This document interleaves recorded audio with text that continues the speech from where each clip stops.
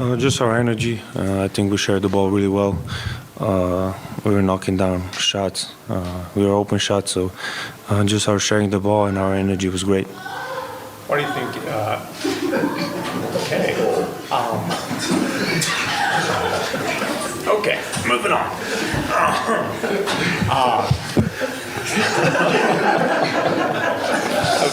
I hope that's not live.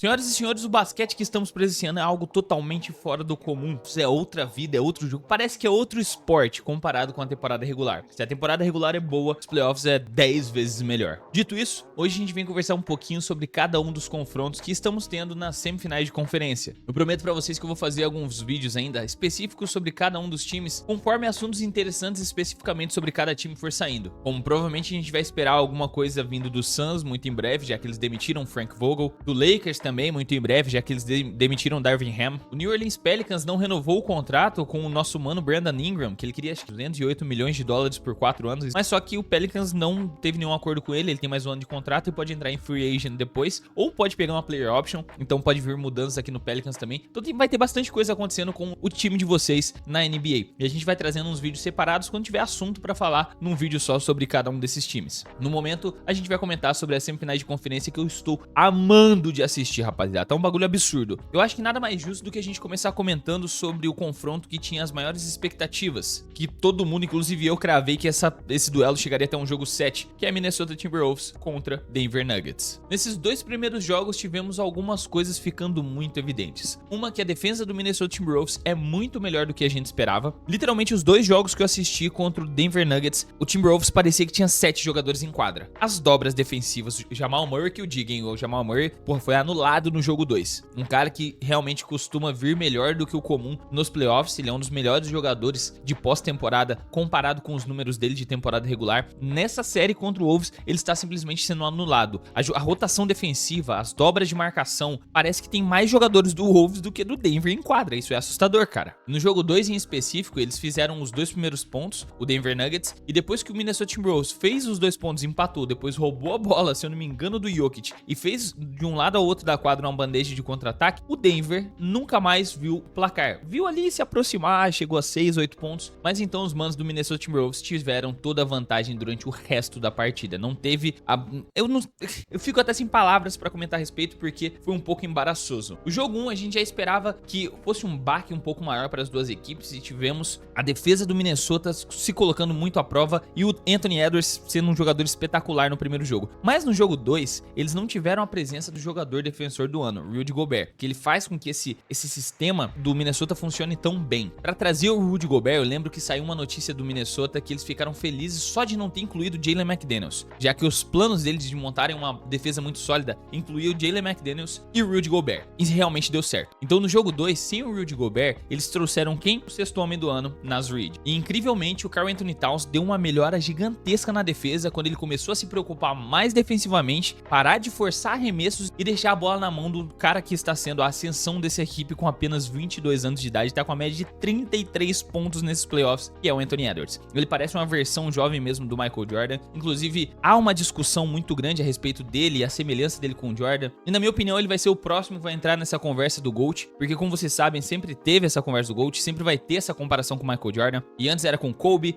faleceu, o LeBron deu continuidade ao legado dele de 21 temporadas, agora é com o LeBron. Quando o LeBron aposentar, provavelmente vão reconhecer toda a magnitude da carreira do LeBron James, e quem vai dar continuidade a essas comparações com o Jordan vai ser o Anthony Edwards, na minha humilde opinião. Porque ele com 22 anos fazendo isso, imagina esse moleque daqui 2, 3 anos, cara. Isso é bizarro. Então, tipo, as versões de Anthony Edwards que estamos pra ver mais pra frente é apenas isso com mais experiência. Enfim, no resumo da obra, foi totalmente embaraçoso para o Denver Nuggets. Eu já esperava que eles ficassem atrás durante uma parte do confronto, já que o Minnesota Timberwolves é muito explosivo, é um time muito jovem, muito rápido, muito defensor, mas só que o que aconteceu, a torcida gritando Wolves em 4 jogos, tá ligado? Falando que eles vão ser varridos, é vergonhoso. O time de Denver tava muito abaixo defensivamente contra o Wolves, e parecia que a defesa do Wolves estava tão forte contra o ataque do Denver, que na defesa o Denver não tava conseguindo render. Eu não sei se tentar atacar contra um time que pressiona tanto fisicamente, um time que é tão presente nas marcações, que faz com que o seu jogador, para atravessar a quadra, ele sofra e tenha que empurrar o Jalen McDaniels, ou se não o Nick Alexander Walker, enquanto enquanto o cara tá dando risada da sua cara. Uma equipe que faz com que o seu time passe por esse tipo de desconforto ofensivo acaba deixando muito a desejar nas performances defensivas. Sem falar na quantidade de turnovers que o time do Wolves forçou e conseguiu pontuar do outro lado da quadra. Então, mano, esse time do Wolves tá simplesmente redondinho. A defesa dessa equipe é com certeza uma das melhores defesas que eu já vi na minha vida. Eu não posso falar muito bem sobre a defesa do Detroit Pistons porque eu só assisti a algumas partidas antigas, eu não assisti eles durante a temporada inteira e realmente era muito impressionante a defesa deles. E o que eles fizeram nas finais contra o Lakers também foi muito impressionante, tendo o Ben Wallace como a âncora daquele time. Mas o que eu estou vendo do Minnesota Timberwolves nessa temporada, eu acho que eu não vi nenhuma equipe nos últimos 6 anos que eu acompanho a NBA. E mais, se eles conseguirem permanecer com esse elenco durante mais tempo, a gente pode ver efeitos ainda muito mais impressionantes. Então o que eu achei que seria uma série de 7 jogos, eu acho que agora já podemos conversar como uma série de 6 jogos. Pode ser que o Denver Nuggets consiga roubar um joguinho ali na casa do Wolves e depois ganhe mais um joguinho em casa, mas não passa de 2 vitórias. Eu acho que esse time do Wolves vai vir muito quente para as finais de conferência. Vamos lá, agora New York Knicks e Indiana Pacers. Esse confronto eu não tenho muita coisa para dizer a respeito, porque de certa forma tudo que eu falar vai acabar sendo interpretado com um pouquinho de clubismo. Então eu vou comentar por cima. Tivemos o jogo 1 na qual Tyrese Haliburton deu um sumiço. Eu vi muita zoação, inclusive, julgando ele de fraude, mas ele realmente assumiu, falou que ele arremessou pouco, que ele precisava melhorar. E no jogo 2 foi uma das coisas que impulsionou esse time do Indiana Pacers a jogar muito bem. Foi o Tyrese Haliburton mais presente, principalmente na primeira metade do jogo, na qual ele fez acho que 20 pontos dos 34 que ele terminou a partida. Mas o Indiana Pacers em si, o que eu vejo, na primeira partida faltou muito do Haliburton. De restante, o time jogou meio que do mesmo que já estamos acostumados a ver na temporada regular. Mas algo que não se esperava desse Indiana Pacers, na minha humilde opinião, foi a defesa deles. Eles incrivelmente conseguiram pressionar muito bem a marcação de quadra inteira. Eles fizeram várias posses contra o Knicks, a marcação quadra toda, e conseguiu forçar bastante turnover no jogo 1, se eu não me engano foi 14, e no jogo 2 foi mais uma penca. Tá, vamos lá, né? Não vamos falar uma penca, senão vai ficar feio.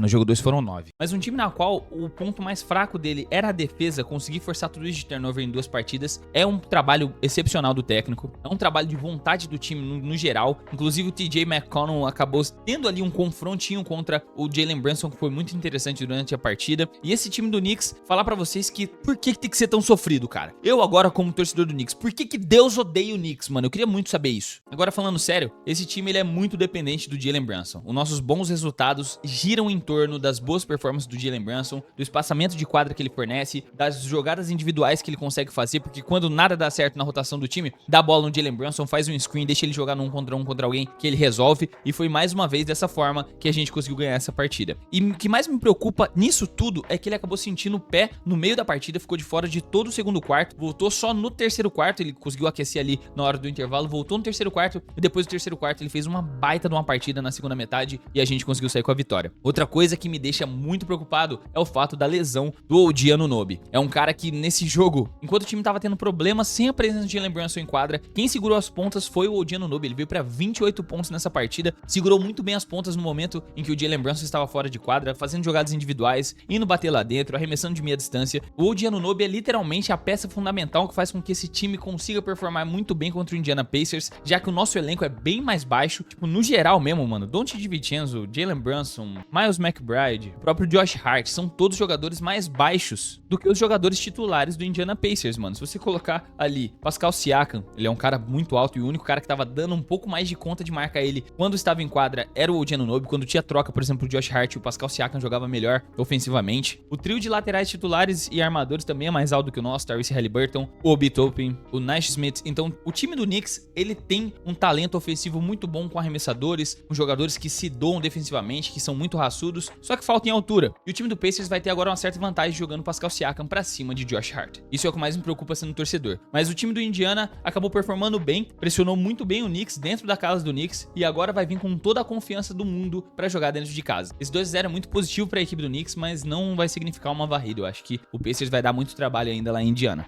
Rapidinho, aquela dunk passando por debaixo das pernas do Obi Toppin vai tomar no seu... Continuando a série entre o Boston Celtics e o Cleveland Cavaliers. Assim, esse time era pra ser melhor e era pra depender menos do nosso mano Donovan Mitchell, mas eu não sei que raios que acontece com o Cleveland Cavaliers e os jogadores parece que esquecem como que joga. Eles tentaram reforçar a equipe com arremessadores pra 3 pontos, com a vinda do Max Strus, com a vinda do Georges Niang, mas parece que não surtiu o efeito colossal que esperavam, tá ligado? O espaçamento da quadra melhor, parece que o Georges Niang não arremessa mais como antes. O Max Strus tem uma oscilação ofensiva gigantesca. O Darius Garland parece que não consegue jogar sendo a segunda opção ofensiva desde desde a chegada do Donovan Mitchell, ele foi All-Star, depois da chegada do Donovan Mitchell, ele não é mais o mesmo cara. O Jarrett Allen acabou lesionando, eles estão dependendo muito mais agora do Evan Mobley, e o Evan Mobley em si está dando conta do recado. Essa última partida contra o Boston, ele fez a melhor partida da carreira dele de playoffs, 21 pontos e 10 rebotes, um baita de um double-double, e o time acabou saindo com a vitória. A presença dele no garrafão, principalmente defendendo Al Horford, defendendo o Cornet, fazendo trocas de marcação para evitar a pontuação do Jaylen Brown, do Jason Tatum com facilidade dentro do garrafão, foi muito importante na falta do Jarrett Allen. Ele ficou muito desgastado, deu pra ver que toda vez que ele saía, o time caía absurdamente de produção defensiva, até porque o time do Cleveland ia ter que se virar jogando com Tristan Thompson e com Marcus Morris, e esses caras já não são essa bala toda defensivamente, né? Mas em alguns momentos a gente via que era praticamente Donovan Mitchell contra todos. Ele terminou com a partida com 29 pontos, gigante, ele carregou esse maior peso ofensivo, 21 pontos do Evan Mobley, 21 pontos também do Caris LeVert, que teve uma partida muito boa. O Darius Garland matou os arremessinhos que precisavam ser matados, ele terminou com 14 pontos, 4 de 5 arremessos convertidos para 3 pontos. Enquanto isso, o Boston Celtics parece que sem o Kristaps Porzingis, o quinteto titular, mesmo tendo o Al Horford jogando muito bem, sendo físico, trombando com o Evan Mobley, dando trabalho dentro do garrafão, não é a mesma coisa com a forma como o Kristaps Porzingis encaixou nesse elenco. O time do Celtics ainda tem jogadores decentes para colocar no lugar do Porzingis e continua com os principais jogadores saudáveis. No caso, pô, o Derrick White é um baita de jogador. Toda vez que eu vejo aquele cara aqui em quadro, eu falo, cara, como que esse cara...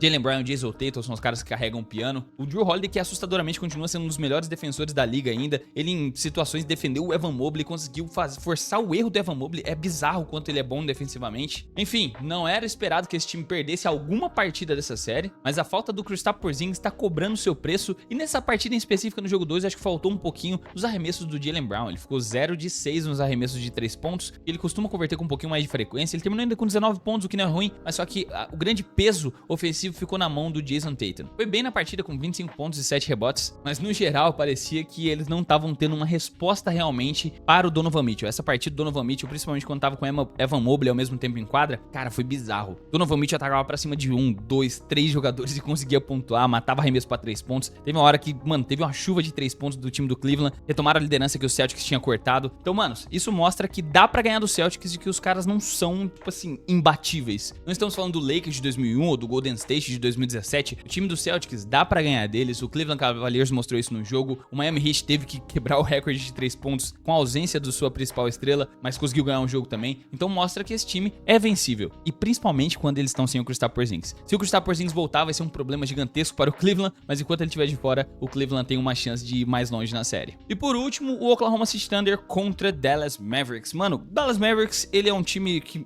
na minha opinião, é muito engraçado. Pegou o Luka Doncic, ele começou a defender um pouco melhor essa temporada do que comparado nas últimas temporadas, que é conversado que ele tem uma defesa preguiçosa, mas só que eu acho que ele até que defende bem, principalmente no post, porque ele é pesado, ele é grande, e ele é muito habilidoso, ele arremessa muito bem pra 3, então ele é um complemento muito bom de um armador alto, muito versátil. Colocaram o Kyrie Irving, que incrivelmente tá se doando muito defensivamente, tá faltando um pouco dele ofensivo ainda, ele é capaz demais ofensivamente, mas porque ele tá forçando muitas steals, ele tá sendo um baita pedra no sapato do Shai Gilgeous-Alexander, por incrível que pareça, o Kai mesmo com a estatura dele bem abaixo da do Shai. E o time pegou Kyrie Irving, Luka Doncic, um ala do Charlotte Hornets, um pivô do Washington Wizards e pronto, temos um time defensivo. Trouxeram o Dante Jackson de volta lá da Europa. Cara, é muito engraçado como esse time do Dallas Mavericks foi formado e é muito da hora ver todo esse planejamento, essa estrutura, esses ajustes que o Jason Kidd tá fazendo na equipe nesses últimos anos e por isso que eles estão performando tão bem. E até que enfim, tá ligado? O Luka não está mais sozinho. O Luka tem agora um backcourt, tanto um cara que joga muito bem, que é muito habilidoso, consegue armar muito bem o jogo, que consegue resolver quando o Luka tá muito apertado. Já vimos os game winners do Kyrie, do que ele é capaz. Quanto temos duplas de dentro do garrafão que conseguem entregar isso também, cara. Essa dupla, esse pick and roll, que os dois jogadores são muito bons fazendo, tanto o Kyrie quanto o Luka. E eles pegaram o Daniel Gafford e um draftado lá, o Derek Lively em segundo, e pronto, mano. Eles têm dois jogadores pra tá o jogo inteiro ali, cada um jogar 24, 25 minutos por jogo e eles entregarem as pontes aéreas e blocos defensivamente, mano. É muito da hora de ver esse Dallas Mavericks jogar e o como eles construíram uma defesa de uma temporada pra outra. Temporada passada, eles,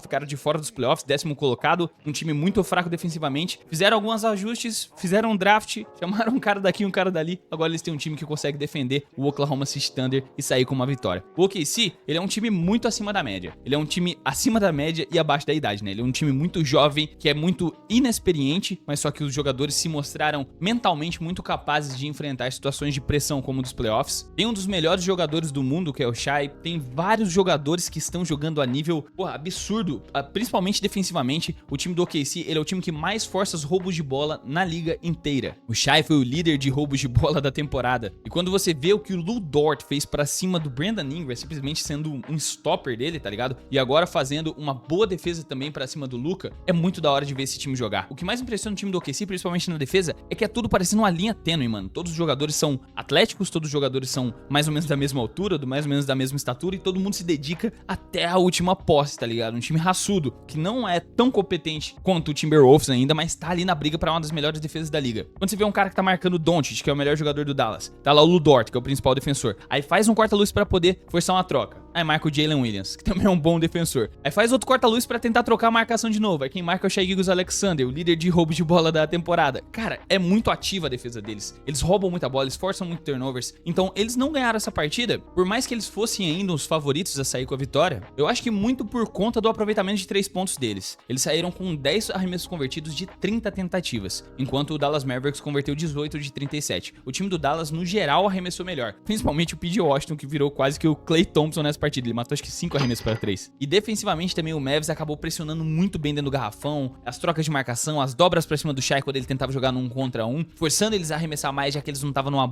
boa noite para arremessar dos 3 pontos. Com isso acarretou na primeira vitória do Dallas Mavericks na série e a primeira derrota nos playoffs do Oklahoma City Thunder. Então, manos, eu estou muito feliz do que eu estou vendo. Eu continuo reforçando que eu acho que o Oklahoma City Thunder passa pelo Dallas em 7 jogos. Eu tinha falado lá no Instagram em 6, mas pela performance de ontem do Dallas, dá pra forçar um joguinho 7. Entre Knicks e Pacers eu acho que vai ter até um jogo 6, o Knicks deve ganhar de 4-2. Entre Timberwolves e Nuggets eu entendo que todo mundo tá falando que vai ser varrida do Wolves, mas eu acredito que o Nuggets ainda consegue ganhar 2 jogos, não tem como você desprezar totalmente o time que é atualmente campeão da NBA. A gente sabe da qualidade deles, talvez eles estão sendo surpreendidos pelo que tá acontecendo com a defesa do Wolves, mas só que nada que eles não consigam trazer um resultadinho diferente nas próximas partidas, com os ajustes certos do Mike Malone. E entre Celtics e Cavaliers, eu acho que o Celtics sem a presença do Kristaps Porzingis vai ter um trabalhinho a mais pra poder passar pelo Cleveland, mas nada que uma série de 5 ou 6 jogos eles não consigam passar. Com a volta do Kristaps Porzingis, eu acho que essa série acabaria em 5 jogos. Sem o Kristaps Porzingis, pode ser que tenhamos um jogo 7 ou talvez acabe no jogo 6 ali. Isso vai depender muito das performances individualmente de Jason Tatum e Jaylen Brown. Então essa é a minha opinião, quero saber a sua opinião aqui nos comentários. Eu sei que esse vídeo ficou um pouco mais longo, mas eu espero que vocês tenham gostado. Se gostou, mano, deixa o likezão que ajuda com que chegue a mais amantes de basquete. E se inscreve aqui ativando o sininho de notificações se você gostou do vídeo, para você receber mais conteúdos de análise, opiniões, críticas, comentários pós-jogo que a gente tá fazendo aqui nesse canal. Então muito obrigado, eu te vejo no próximo vídeo e falou!